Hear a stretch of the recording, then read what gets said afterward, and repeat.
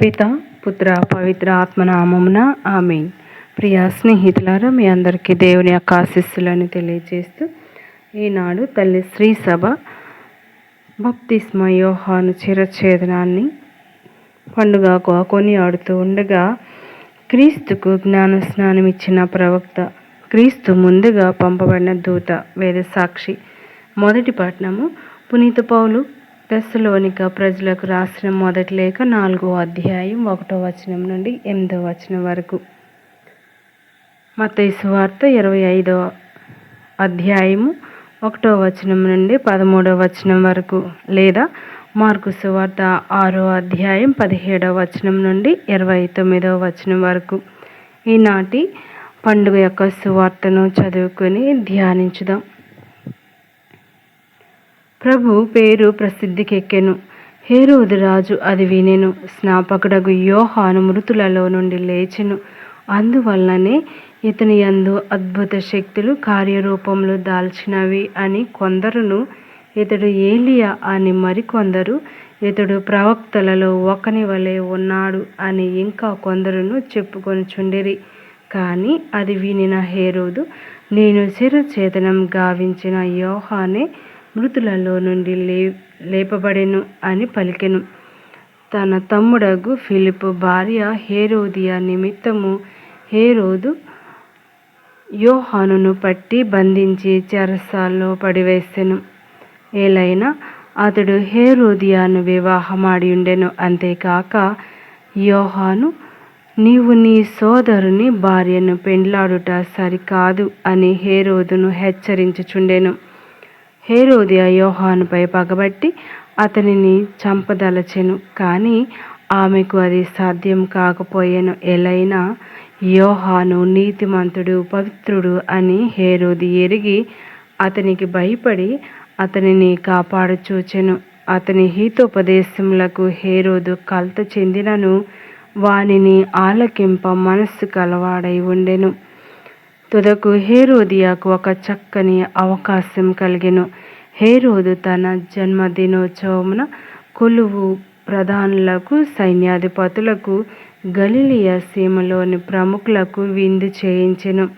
హేరోదియా కుమార్తె లోనికి వచ్చి హేరోదు ప్రభువునకు ఆయన అతిథులకు ప్రీతికరంగా నృత్యము చేసెను. అప్పుడు ఆ ప్రభువు ఆ బాలికను చూసి, నీకు ఇష్టమైన దాన్ని కోరుకొనుము, ఇచ్చెదను. నీవు ఏమి కోరినను నా అర్ధరాజ్యమైనను ఇచ్చెదను అని ప్రమాణపూర్వకంగా పలికెను. అప్పుడు ఆమె వెలుపలకు పోయి తన తల్లితో, నేనేమి కోరుకొనవలెను అని అడుగగా, ఆమె స్నాపకుడగు యోహాను తలను కోరుము అని చెప్పెను.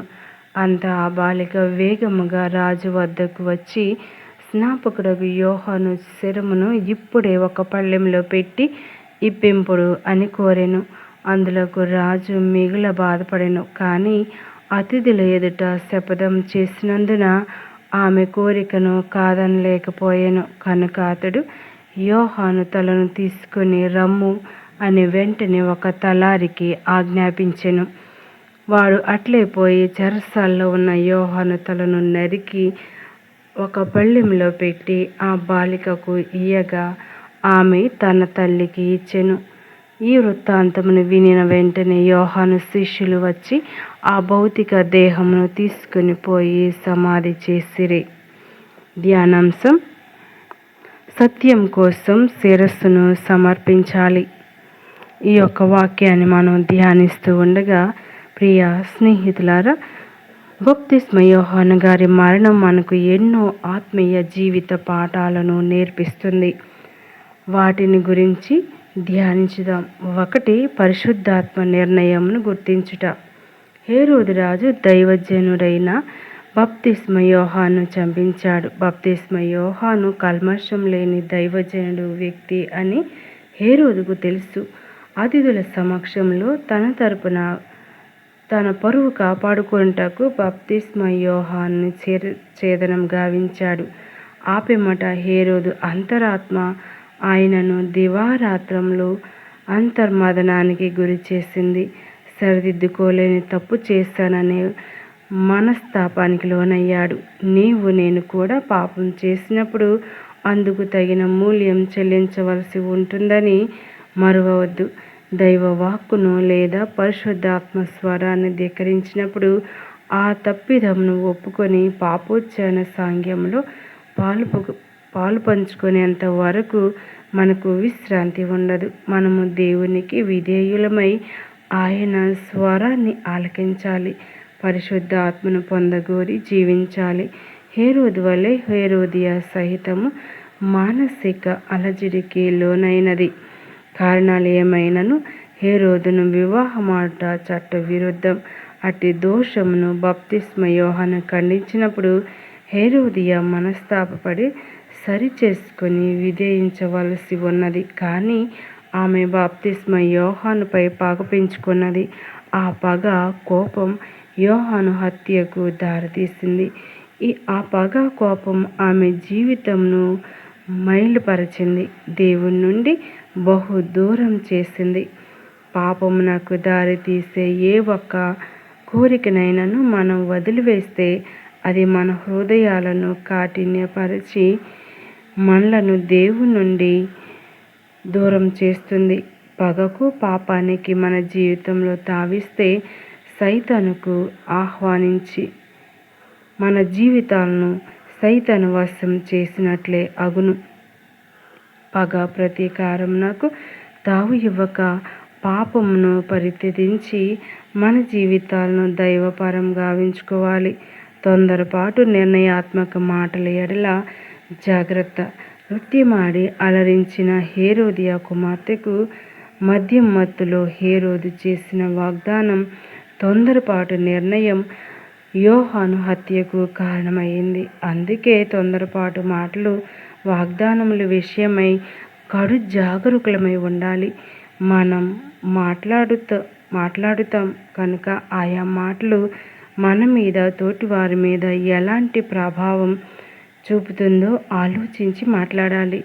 శ్రమలకు సిద్ధపడుట, తప్పును నిర్భయంగా ఖండించిన బప్తిస్మ యోహాను జీవితం మనందరికీ మార్గదర్శం.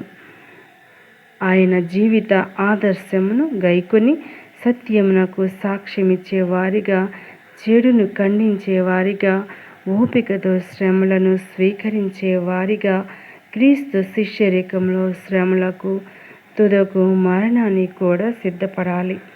శ్రమలు లేని జీవితంను ప్రభువు ఎన్నడూ వాగ్దానం చేయలేదు. కనుక శ్రమలకు, మరణమునకు విరువక క్రీస్తును అనుసరించుదాం. నైతిక విలువలతో రాజీపడుతూ నేటి మన జీవన శైలి కొనసాగుతుంది. అధిక సంఖ్యాకులు సమ్మతిస్తే అది అనైతికమైనను అంగీకారయోగ్యమే అన్న సిద్ధాంతాల విషయ వలయంలో చిక్కుకొని ఉన్నాం. కానీ క్రైస్తవులుగా విశ్వాసపాత్రులుగా ఉండుటకే పిలువబడితమని మరువవద్దు.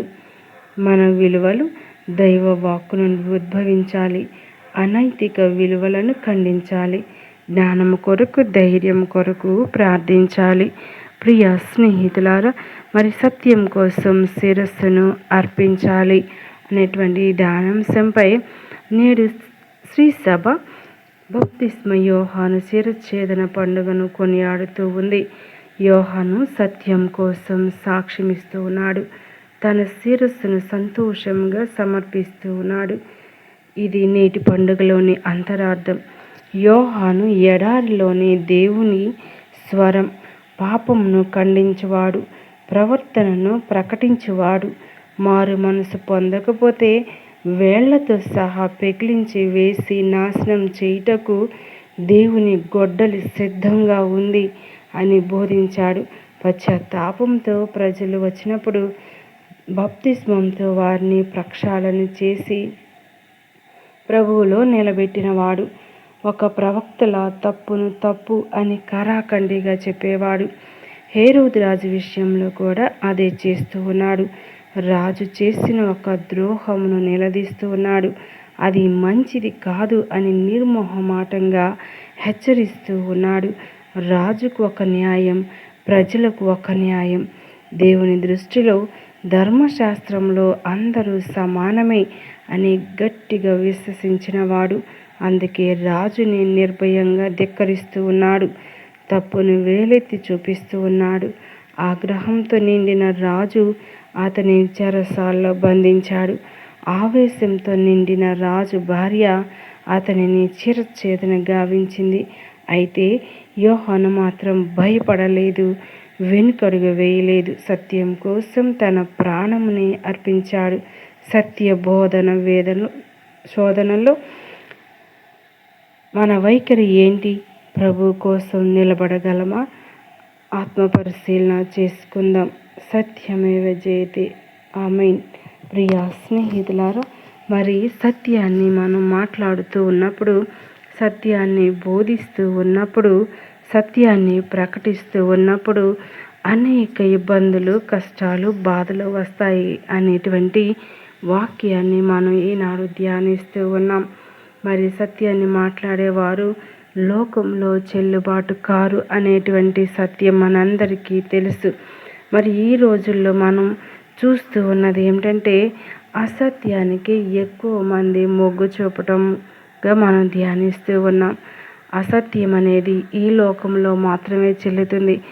ఎవరైతే నీతి నియమాలతో, పవిత్రతతో సత్యాన్ని ప్రకటిస్తూ పాటిస్తూ ఉంటారో వారు దేవుని రాజ్యమును చూస్తారు అని మత్తయి సువార్త 5వ అధ్యాయంలో మనకి తెలియచేస్తూ ఉంది. ప్రియా స్నేహితులారా, మరి బాప్తిస్మ యోహాను గారి జీవితాన్ని తలను కూడా ఇవ్వటానికి సిద్ధపడ్డారు. నీతి నిమిత్తం ఆకలి దప్పులు గల వారు ధన్యులు, వారు సంతృప్తి పరపబడుదురు అని వాక్యం సెలవిస్తూ ఉంది. నా నిమిత్తం ప్రజలు మేము అవమానించినప్పుడు, హింసించినప్పుడు, నిందారోపణ గావించినప్పుడు మీరు ధన్యులు అని, ధర్మార్థం హింసితులు ధన్యులు, దైవరాజ్యం వారిది అని అష్టభాగ్యాలు మనకి తెలియచేస్తూ ఉన్నాయి. ఇంత గొప్ప వాక్యాన్ని ప్రభు మనకు ప్రకటించి ఉన్నారు. మరి కష్టాల్లో మనం మాత్రమే నడవటం లేదు, ప్రభు కూడా నడిచారు. ఆ కష్టాలని, బాధల్ని ఎదుర్కొ